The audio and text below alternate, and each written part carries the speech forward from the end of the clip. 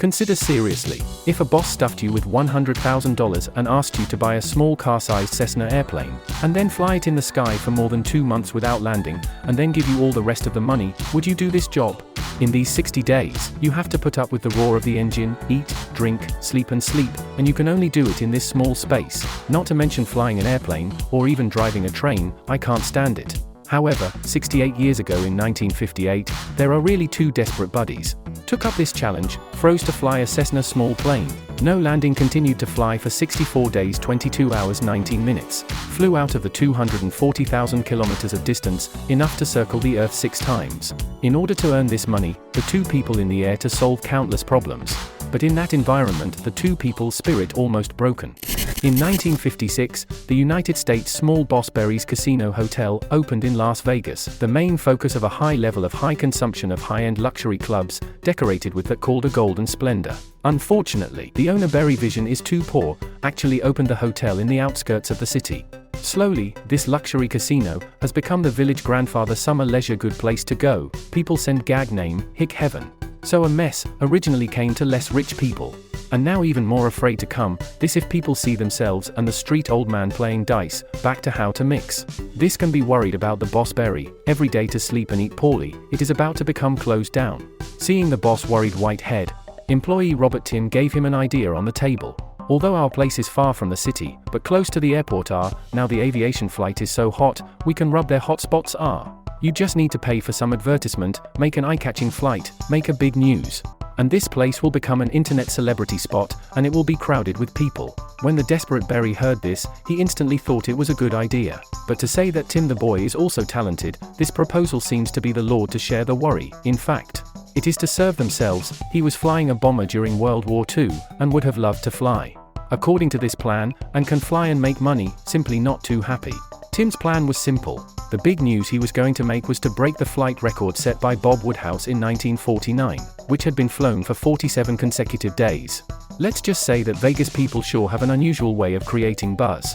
Boss Berry weighed his options and paid $100,000 for the project. Tim broke a penny in half and bought a Cessna 172 grocery plane for a major modification, in addition to painting the Grand Estates casino logo on the fuselage, but also asked John Cook, an experienced veteran pilot, to be his co-pilot. The two of them took it upon themselves to completely primp the airplane from the inside out.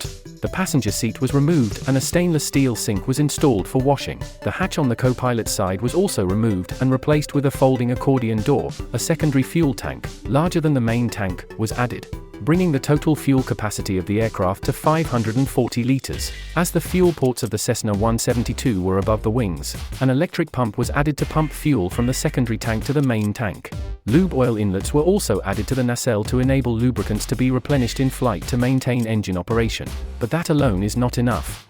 Continuous flying is a test for the engine, so Tim contacted Continental Motors Corporation, wanting a special engine. The sales manager agreed, turned around and let the female assistant go to the workshop to pick out her favorite engine, saying that this is the company's most special engine. This is true. That's true, the engine chosen by the beautiful woman is indeed very special. In order to attract traffic, Tim announced the flight, which was a fundraiser for the Cancer Research Fund, and enlisted the help of many celebrities to promote it. In addition, not forgetting his gambling nature, he welcomed bets, with a $10,000 prize for correct guesses on the final flight time.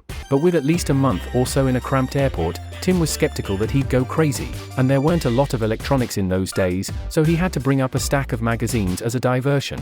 Once everything was ready, Tim and Cook started the challenge, but did not realize that the plan is easy to implement, but very difficult. They took off 3 times, was forced to land 3 times. The longest flight, but also lasted 17 days. Interruption of the flight for various reasons. Some because of the local atomic bomb test must be landed, some because of the special engine explosion, and finally had no choice but to change back to the original that has been used for 450 hours of the old engine. When they were tormented by these rotten things, a bolt from the blue came. Jim Hess and Bill Burkhardt had just successfully flown the Cessna 172 for exactly 50 days, and landed on September 21, 1958.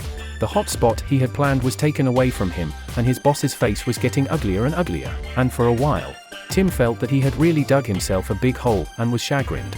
On December 4, 1958, at 3:53 p.m., the two stressed out Tim brothers took off again, not realizing that after leaving the ground this time, the next time they would return to Earth would be 2 months later.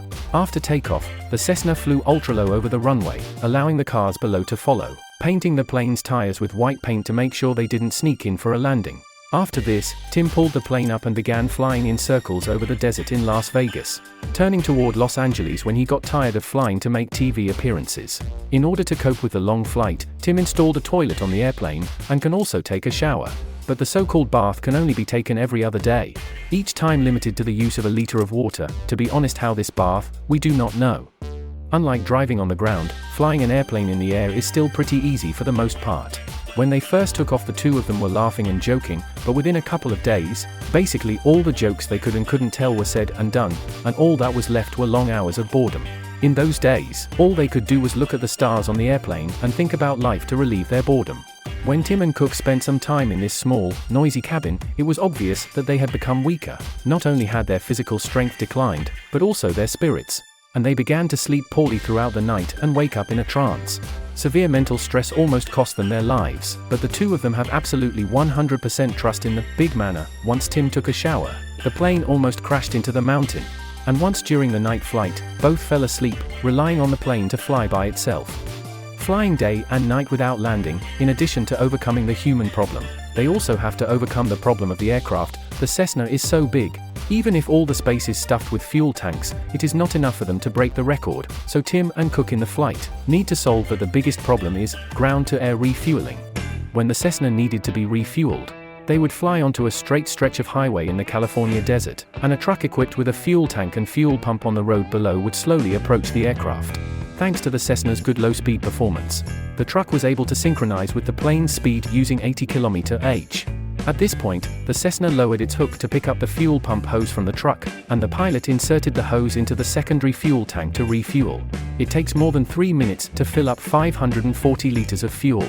The initial plan was to refuel twice a day, once in the morning and once in the evening, but sometimes there were delays due to bad weather, and by the time the aircraft landed, a total of 128 such ground-to-air refuelings had taken place. The two pilots also relied on this method to send up their daily needs. The chef at the casino hotel varied their daily goodies, but the food had to be chopped up and stuffed into thermos jugs before it could be sent up to the airplane. Through this method of resupply, a little water and soap would be sent up from time to time, minimally maintaining the two airmen the last bit of decency as human beings. As the flights became longer, Tim and Cook's health deteriorated. At the same time, the aircraft also began to hold up. This non-stop work, not to mention the aircraft engine, even the car engine cannot stand, began to fail one after another. On the 39th day, the generator malfunctioned, and all the fuel could only be pumped to the tanks by hand, making fuel replenishment an extremely difficult task, and if it was operated at night, it was even more difficult and risky. Under such brutal circumstances, the two men with January 23, 1959 finally broke the record for the longest flight of 50 consecutive days, and since they had stuck it out, the two decided to keep flying to see where the limits were. After a few more days, the tachometer, autopilot, cabin heater, and lubrication system went out of commission one after another, and even the electronic fuel pump and rocker had major problems.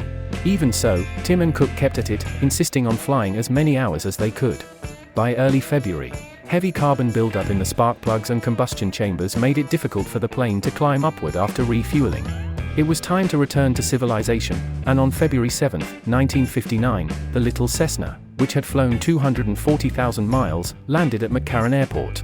After all the fuss, the plane was a total wreck. The fuselage was covered in dust, the interior stank, and it was just not a place for people to be.